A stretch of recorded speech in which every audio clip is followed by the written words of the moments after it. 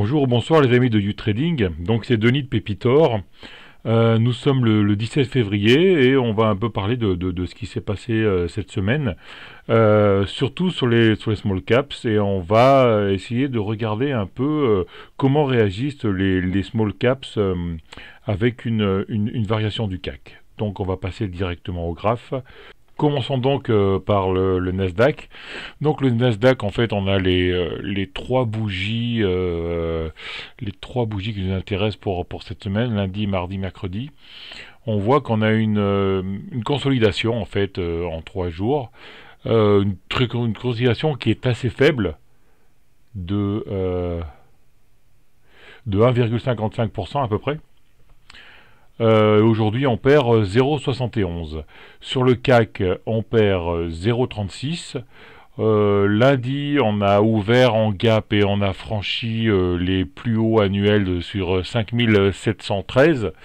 Et après, on voit une légère correction depuis entre hier et aujourd'hui, entre mardi et mercredi, donc, de 0,75%.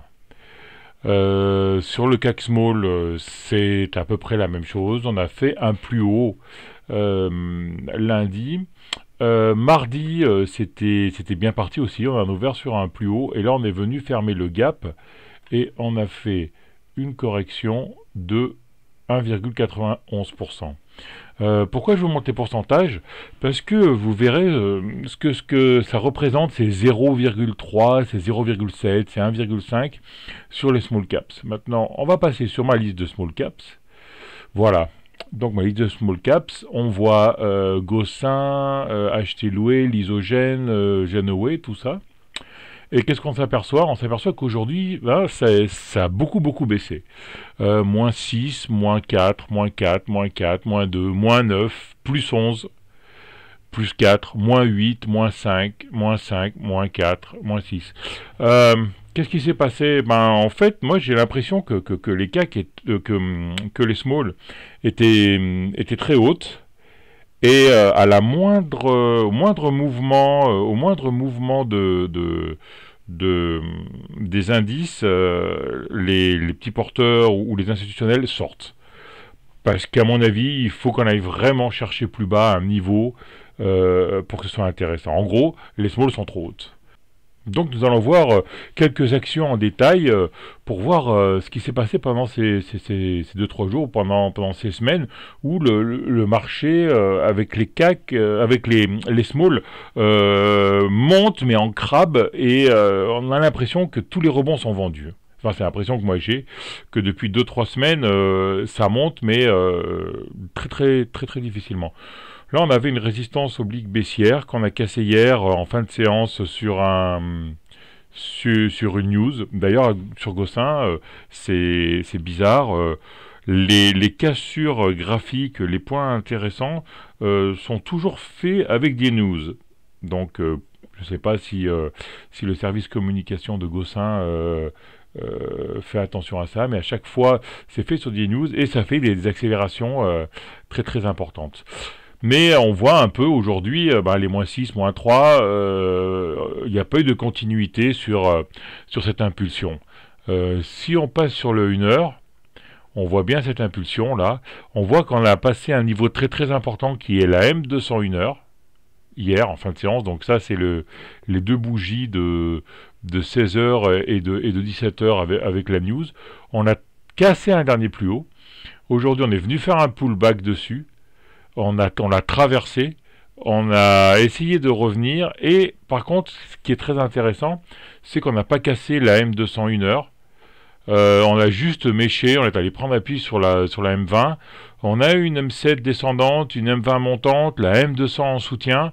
Si demain les indices sont verts, on peut espérer un rebond.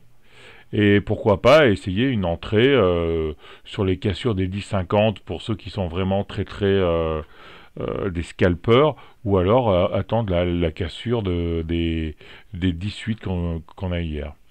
Acheter louer. Alors acheter louer, on a fait une énorme bougie hier. On a parlé justement ce week-end, je vous disais de surveiller la sortie du triangle. On a eu une sortie du triangle phénoménale hier, où on a pris 60% à un moment sur le titre. Ce matin, on continuait, ce matin et en début d'après-midi aussi, on a continué la hausse. Et puis après, comme on voit dans la journée, on a bien consolidé, à la limite de la correction, car on a fini rouge à cause toujours à cause des indices. Sinon, on aurait probablement dû avoir un rebond dans cette zone. L'isogène, pareil, on a eu une très belle hausse. Et là, comme un peu toutes les smalls, depuis hier midi, on commence à descendre. On a pas mal de ventes. Donc là, on voit une baisse qui est faite le long d'une résistance oblique baissière.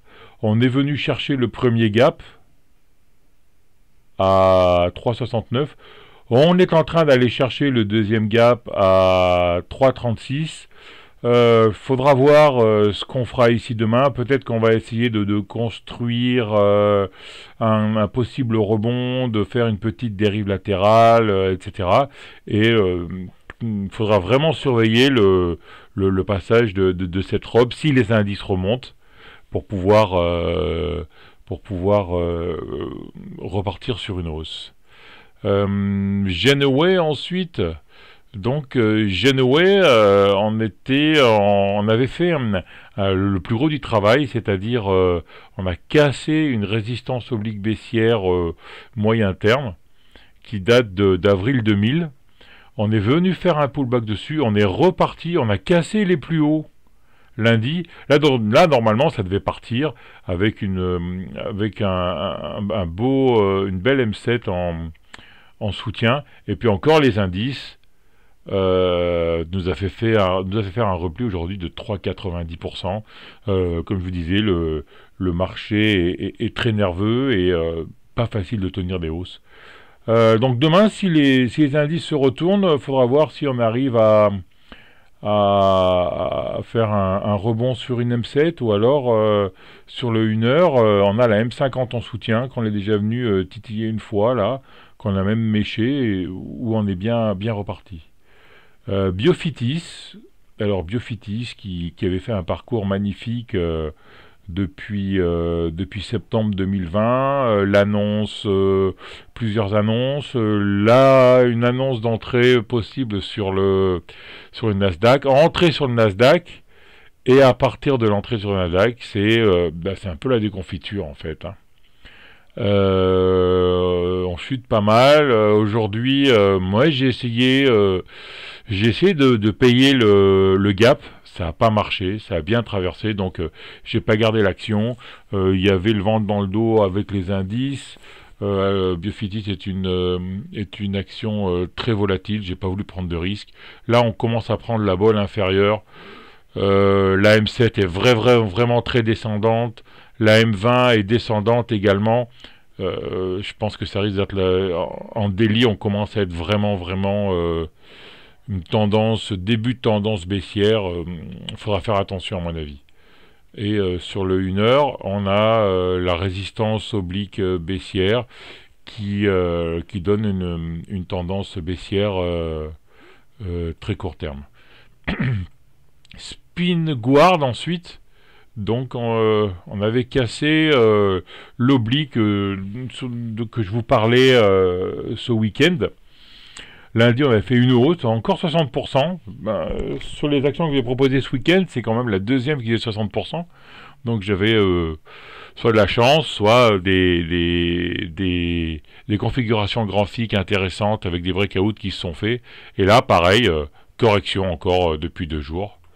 Correction depuis 2 jours. Si quand on passe en UT 1 heure, peut-être un rebond en fin de séance aujourd'hui sur une M50. La M7 est quand même bien descendante, donc faudrait surveiller ce qu'on peut construire ici, pour pouvoir rebondir. Peut-être qu'on a réussi à trouver un support sur la M50 1 heure à confirmer. Médian Technologie. Donc Médian Technologie, ça a été de la folie. Hier, On est en euphorie actuellement. Depuis le 5 février 2021, on est dans la zone d'euphorie. On a une première impulsion, les court-termistes sont sortis, une deuxième impulsion, ensuite une autre consolidation dans un triangle. On a cassé le triangle et là on est parti en euphorie. Qu'est-ce qui se passe dans l'euphorie? On ne sait pas jusqu'où ça peut s'arrêter. La seule chose qu'on sait, c'est une période qu'on ne peut pas rater. Et c'est une période très très difficile pour trouver des points d'entrée parce que elle peut s'arrêter du jour au lendemain. Donc il fallait vraiment rentrer sur la cassure de la résistance oblique baissière à 8-10 et puis se laisser porter par le flux en fait, par la tendance. Si on regarde un mensuel, on avait une résistance oblique baissière très forte et très difficile à passer. Hier d'ailleurs, on a eu on a eu une touchette dessus et un fort repli ensuite. Donc moi personnellement, je pensais que c'était fini, hein. Je me suis fait stopper ici, donc je suis sorti ici. Si on regarde sur le 1 heure pour voir un peu la force de ce mouvement, la résistance oblique baissière sur le 1 heure, elle apparaît pas. Donc je vais la mettre. Hop. Si elle apparaît. Donc hier, elle était vers les 11,50. Ah, je suis en weekly, en daily. Hier, voilà, elle était là. Elle était à 11,90, donc on voit vraiment qu'on l'a touchée. Donc on revient sur le 1 heure. Et 11,90, c'était par là. Donc hier, on est venu la toucher. Et après, on a eu une grosse descente. Donc là, vraiment, je croyais que c'était fini. Et puis là, on est reparti ce matin avec des volumes assez importants. On est venu taper la résistance oblique baissière long terme. Et ensuite, on est venu faire un pullback dessus. On est en train de la travailler. Donc à suivre. Voilà. Quantum Genomics en daily, qui est une action qui était relativement haussière. Là, on est en train de voir peut-être un rebond. On a une résistance, un support oblique haussier long terme qu'on est venu travailler une fois. Que là, je pensais qu'on allait la travailler, puis finalement, apparemment, on a rebondi avant. On a une belle bougie verte aujourd'hui, bougie peut-être impulsive. On a une bande de Bollinger qui commence à se rétrécir. Moi, je pense que là, il faudra surveiller les niveaux des 4,83, 4,84 pour espérer peut-être un dépassement de ce niveau, de prendre la bolle et d'avoir un nouveau mouvement. Voilà, et on voit bien en daily, en unité 1 heure, qu'on avait une petite résistance très court terme à 4,68 qu'on a cassé qu'on a déjà méché au début d'après-midi, qu'on a cassé ensuite vers les 16 heures pour finir presque au plus haut de la journée.